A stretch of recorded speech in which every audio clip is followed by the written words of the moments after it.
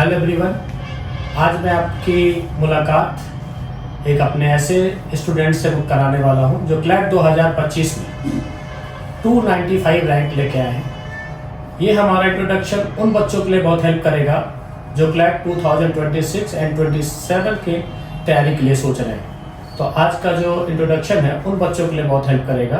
तो सबसे पहले यशस्वी, बहुत बहुत बधाई क्लैट पे 295 रैंक लाने के लिए। Thank you sir. और पूरी टीसीएम की तरफ से बहुत ढेर सारी शुभकामनाएं आगे की जर्नी के लिए। तो आज मैं आपसे ये पूछने वाला हूँ कि आपने क्लैट की तैयारी किस तरह प्लान किया और जो स्टूडेंट क्लैट 2026-27 के बारे में सोच रहे हैं उनको किन विशेष बातों का ध्यान रखना चाहिए जब अपनी बेसिक प्रिपरेशन स्टार्ट करें। पहले बेसिक ये है कि आप जैसे मेरी चीज़ यूनिक ये थी कि मैंने स्ट्रीम ली थी पीसीएम फिजिक्स केमिस्ट्री मैथ। तो वो वैसे वेल सूटेड नहीं था जिस स्ट्रीम में मैं जाना चाह रहा था क्लैट। तो अगर आप क्लैट में जाना चाह रहे हैं तो आप पहले अपना बैकग्राउंड उस हिसाब से करें। जैसे आप ह्यूमैनिटीज़ ले सकते हैं, आर्ट्स ले सकते हैं, उस चीज़ के सब्जेक्ट ले सकते हैं, कॉमर्स वगैरह। तो that would be more helpful for your studies for CLAT, क्योंकि वो आपके लिए बर्डन नहीं बनेगा। तो मैंने पीसीएम लिया था, लेकिन उसके बाद जब मैंने तैयारी की तो पीसीएम से की। तो जब मैंने ड्रॉप लिया तो आपका कहना है कि अगर बच्चा ह्यूमैनिटी बैकग्राउंड का है तो उसको क्लैट के प्रिपरेशन में काफ़ी हेल्प मिलती है। तो एक मतलब डिसीजन लेने से पहले अगर क्लैट के बारे में सोच रहे हैं तो आफ्टर 10th ही अगर स्टूडेंट पहले से डिसाइड कर लें, या जैसे आप साइंस बैकग्राउंड होके भी क्लैट में इतनी अच्छी रैंक लेके आए, तो ऐसा नहीं कि आपका स्ट्रीम चेंज है और क्लैट के बारे में सोच रहे तो आप कर नहीं सकते। इसका एग्जांपल तो आप खुद हो कि किया जा सकता है। बट हेल्प ज़्यादा आप कहते हैं मिल सकती है उनको जो ह्यूमैनिटी बैकग्राउंड। बिल्कुल। एक तो ये चीज़ है। दूसरा, एक स्टूडेंट जब क्लैट प्रिपरेशन के बारे में सोचता है तो सबसे बेसिक क्वेश्चन स्टूडेंट का यही होता है कि हम स्टार्ट कैसे करें। तो उसके लिए क्या कहना चाहोगे, किन सब्जेक्ट से बच्चों को पहले बेसिक प्रिपरेशन में किन चीज़ों पे ज़्यादा फोकस करना चाहिए? बेसिक प्रिपरेशन क्लैट की, एक तो क्लैट है एक मतलब कॉम्प्रिहेंशन टाइप एग्जाम है।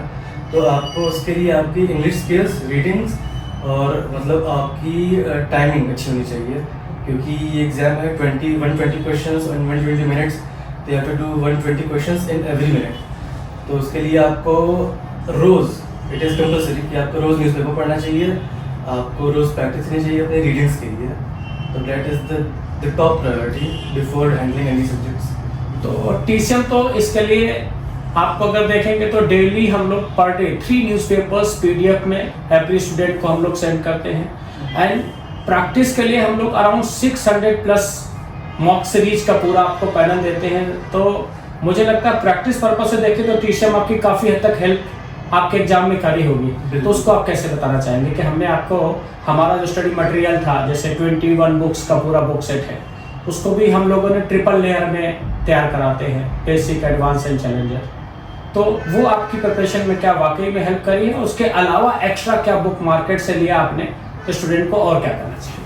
बाकी तो ज़रूरत नहीं पड़ी थी, वो जो जितना मेरा था बहुत सफिशिएंट था।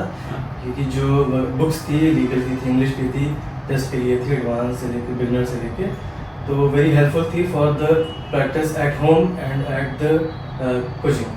एंड जो टेस्ट सीरीज थी दैट वाज मतलब that was also on par with the newspaper reading, कि आपको रोज़ पेपर सॉल्व करना है, आपको रोज़ एनालाइज करना है। तो वो आपकी रेगुलरिटी में रहना चाहिए, क्योंकि अगर आप रेगुलर नहीं रहेंगे तो नहीं हो पाएगा। क्योंकि आपको हर समय हर चीज़ से टच में रहना है, अपनी कमियों से लेके अपनी स्ट्रेंथ से लेके उसके लिए। तो और टीसीएम मेंटरशिप बहुत काम की थी। 1-on-1 टीचर काफ़ी अट्रैक्ट करते हैं, काफ़ी डिसिप्लिन मेंटेन करते हैं क्लास में। That was very good. तो एक स्टूडेंट अगर क्लैट की प्रिपरेशन कर रहा है, तो जैसे सपोज स्कूलिंग के साथ साथ इस एग्जाम की प्रिपरेशन करनी हो, बच्चा 11th में है, 12th में है, उसको कितना टाइम देना चाहिए और कैसे मैनेज करें कि स्कूल का कब प्रिपरेशन करने का राइट टाइम होता है, 11th या 12th कब से क्लैट के लिए सोचना चाहिए, क्या राइट टाइम है स्टूडेंट को ज्वाइन करने के लिए इस एग्जाम के लिए? क्योंकि जैसे कि अभी आपने भी कहा और हम भी इस एग्जाम को पढ़ाते तो पता है कि total paper based on comprehension, यानी टोटल गेम है इसमें टाइम मैनेजमेंट का। अब वो रातों रात पढ़ के नहीं आने वाला। तो इसके लिए क्या स्टूडेंट को बताएंगे कि जो स्कूल के साथ साथ इस एग्जाम के लिए कैसे टाइम मैनेज कर सकते हो, क्या करें, कितने घंटे पढ़ना चाहिए उसको? टाइम मैनेजमेंट इम्पॉसिबल नहीं है इसके लिए, लेकिन it would be tough if अगर आप एक हैवी स्ट्रीम लेके आप रेगुलर स्कूल जा रहे हो और आपको अगर रोज़ क्लैट की प्रिपरेशन भी करनी है तो आप थोड़ा सा उसमें मतलब हो सकते हो, लेकिन यू कैन मैनेज कि आप कभी कभी थोड़ी सी आपको प्रायोरिटी वैसे से देनी पड़ेगी। आपको प्रायोरिटी देनी पड़ेगी क्लैट के लिए। अगर आपको क्लैट निकालना है आपको थोड़ा सा सेक्रीफाइस करना पड़ेगा एकेडमिक्स के लिए। तो that is what you can do that in alternate way, या फिर you can take dummy would be better option than going to regular school, क्योंकि आप एक कॉम्पिटिशन निकाल रहे हो जो कि नेशनल लेवल पे है। आप नेशनल लेवल बच्चों से कम्पीट कर रहे हो जो 11 से ही तैयारी करते हैं डमी लेके। तो if you want to do something better, अगर आपको अपना एकेडमिक सही करना है तो आप स्कूलिंग कर सकते हो, कोई बात नहीं है, लेकिन अगर आप डमी लोगे that would be much better.